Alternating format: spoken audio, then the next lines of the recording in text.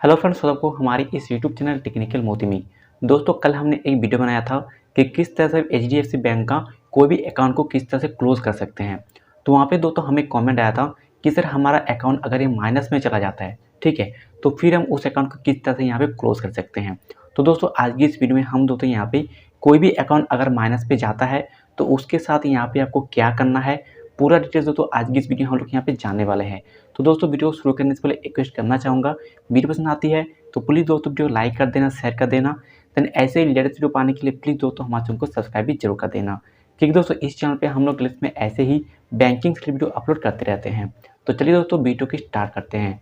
तो देखिए दोस्तों, जितने सारे बैंक हमारे इंडिया में है, सभी बैंकों का दोस्तों कुछ ना कुछ यहाँ पे नियम होता है अपने अकाउंट के ऊपर। जैसे दोस्तों यहाँ पे अगर आप जाएंगे, जो ये बड़े बड़े जो यहाँ पे कॉर्पोरेट बैंक है, जो प्राइवेट सेक्टर बैंक है, जैसे यहाँ पे एचडीएफसी बैंक या आईसीआईसी बैंक, उन पे दोस्तों कोई भी अगर आप अकाउंट ओपन करते हैं, चाहे वो सेविंग अकाउंट हो या सैलरी अकाउंट हो, हर एक अकाउंट पे दोस्तों को कुछ ना कुछ बैलेंस यहाँ पे आपको मेंटेन करना पड़ता है। अगर आप पैसे को मेंटेन नहीं करते हो तो फिर दोस्तों वहाँ पे आपको चार्जेस लिया जाता है। अभी दोस्तों अगर आपके अकाउंट पे बैलेंस वहाँ पे जीरो हो जाता है तो उस हालत में दोस्तों आपका जो पैसा है वो वहाँ पे नेगेटिव में चला जाता है। मतलब आपके अकाउंट पे जो बैलेंस है वो यहाँ पे नेगेटिव हो जाता है। उस हालत में दोस्तों आपको क्या करना पड़ेगा? देखिए, तो इस हालत में तो यहाँ पे आपके पास दो चांसेस होते हैं, मतलब दो ऑप्शन होता है। सबसे पहले तो यहाँ पे ये हो जाता है कि आपके पास जो भी यहाँ पैसा यहाँ पे माइनस पे यहाँ पे गया है, उसको सबसे पहले तो आपको चुकाना पड़ेगा, मतलब बैंक पे जाके जमा करना है। देन उसके बाद उस जो अकाउंट है उसको आप यहाँ पे रेगुलर यूज़ करेंगे, ठीक है। और उसके बाद जो पैसा मेंटेन जो करना पड़ता है उसको आपको यहाँ पे मेंटेन करना पड़ेगा। दूसरा यहाँ पे हो जाता है कि उस अकाउंट पे जो भी पैसा यहाँ पे जो है माइनस गया है उसको सबसे पहले चुकाना पड़ेगा, और उसके बाद दोस्तों उस अकाउंट को आप यहाँ पे क्लोज कर सकते हैं। उससे पहले इस अकाउंट को आप यहाँ पे क्लोज नहीं कर सकते खुद के माध्यम से, मतलब खुद से उस अकाउंट को आप इससे पहले क्लोज नहीं कर सकते हैं। अभी दोस्तों अगर आप इस अकाउंट को यहाँ पे छोड़ देते हैं तो जितने दिन के लिए दोस्तों आप यहाँ पे छोड़ेंगे तब तक दोस्तों यहाँ पे आपका जो पॉइंट है, मतलब आपका जो बैलेंस है, वो यहाँ पे नेगेटिव में जाता रहता है। लगभग दोस्तों अगर हम बात करते हैं यहाँ पे एचडीएफसी बैंक का, तो हर महीने दोस्तों, ठीक है, हर महीने दोस्तों यहाँ पे आपको 700 रुपये तक दोस्तों यहाँ पे आपको पेनल्टी देना पड़ता है, ठीक है। अभी दोस्तों यहाँ पे एक डाउट होता है कि अगर हम अकाउंट को यहाँ पे छोड़ देते हैं, अगर हमारा जो पेनल्टी जो भी यहाँ पर लगाया जा रहा है बैंक की तरफ से, उस बैलेंस को अगर हम यहाँ पर नहीं देते हैं तो क्या हो सकता है? देखो, तो अगर आप बैलेंस को यहाँ पे मेंटेन नहीं करते हो और अगर आपका पैसा यहाँ पे, और मतलब कि अगर आपका अकाउंट यहाँ पे माइनस में चला जाता है, तो फिर दोस्तों आपका जो पेनल्टी का जो पैसा है उसको अगर आप नहीं देते हो तो बैंक दोस्तों आपसे कोई भी यहाँ पे लीगल दोस्तों यहाँ पे मतलब लीगली कोई भी एक्शन नहीं ले सकता है। ऐसा कोई ज़बरदस्ती नहीं है कि वो जो पेनल्टी का पैसा है, जो पैसा माइनस चला गया है, उस पैसे को यहाँ पे आपको चुकाना पड़ेगा।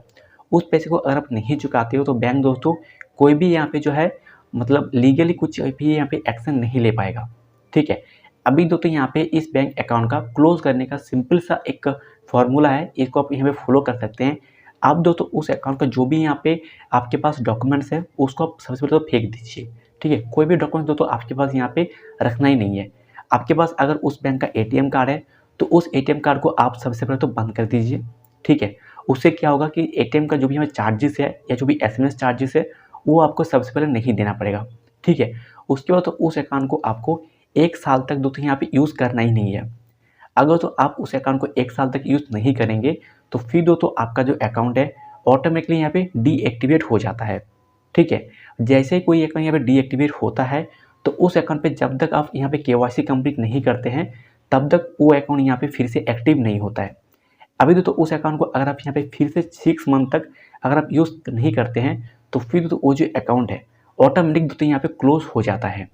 उसके बाद दोस्तों क्या होता है कि आपका जो नेगेटिव बैलेंस है वो भी यहाँ पे माफ़ हो जाता है और आपका जो अकाउंट है वो परमानेंट यहाँ पे डिलीट हो जाता है, मतलब कि क्लोज हो जाता है। तो इससे आपका जो प्रॉब्लम है वो भी यहाँ पे सॉल्व हो जाता है। लेकिन दोस्तों इसके लिए यहाँ पे आपका जो अकाउंट है उसमें यहाँ पे 1.5 साल में दोस्तों एक भी यहाँ पे ट्रांजैक्शन नहीं होना चाहिए। अगर आपके अकाउंट पे एक भी बैलेंस भी यहाँ पे कोई भी क्रेडिट कर देता है फिर भी दोस्तों आपका अकाउंट क्लोज नहीं होता है। तो इस चीज़ को यहाँ पे आपको ध्यान रखना है, ठीक है। अभी दोस्तों यहाँ पे एक बार और आता है कि अगर हमारा अकाउंट यहाँ पे जिस तरह से मैंने बताया उस तरह से अकाउंट हमारा क्लोज हो गया, उसके बाद अगर हम यहाँ पे 2-3 साल के बाद उसी ब्रांच पे उसी बैंक पे अगर जाएंगे अकाउंट ओपनिंग करने के लिए, तो फिर जो भी हम यहाँ पे जो अकाउंट ओपन करेंगे न्यू तरह से, उस पर अगर हम पैसे को यहाँ पे जमा करते हैं तो क्या हमारा जो पहला जो अकाउंट था जो हमारे यहाँ पे नेगेटिव के लिए बंद हो चुका था उसका पैसा क्या इस अकाउंट से यहाँ पे कटेगा? तो जी दोस्तों, इसका यहाँ पे आंसर है नो। उस अकाउंट का पैसा इस अकाउंट से आपका नहीं कटेगा, क्योंकि आपका जो अकाउंट है वो दूसरा अकाउंट था और ये आपका खुद का न्यू एक अकाउंट है। तो आरबीआई के नियम के हिसाब से दोस्तों, जिस भी अकाउंट पे माइनस बैलेंस जाता है उसी अकाउंट से बैंक यहाँ पे पैसे को यहाँ पे रिकवर कर सकता है, दूसरे अकाउंट से पैसा रिकवर नहीं कर सकता है। तो जिसके लिए दोस्तों आपको यहाँ पे घबराने की जरूरत नहीं है। तो उम्मीद करता हूँ दोस्तों आप यहाँ पे पूरी तरह से जान चुके होंगे कि अगर आपका अकाउंट यहाँ माइनस पे जाता है तो आपको यहाँ पे क्या करना चाहिए।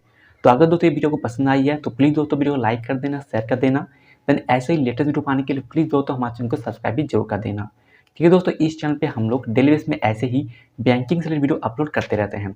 और अगर तो आपको कोई भी सवाल होता है तो आप हमें कमेंट कर सकते हैं या डायरेक्टली आप हमें व्हाट्सएप में कांटेक्ट कर सकते हैं। हमारा व्हाट्सएप नंबर दोस्तों हमारे जो चैनल का अबाउट सेक्शन है वहाँ पे दिया रहता है, तो उस नंबर के भाई आप हमसे कांटेक्ट कर सकते हैं।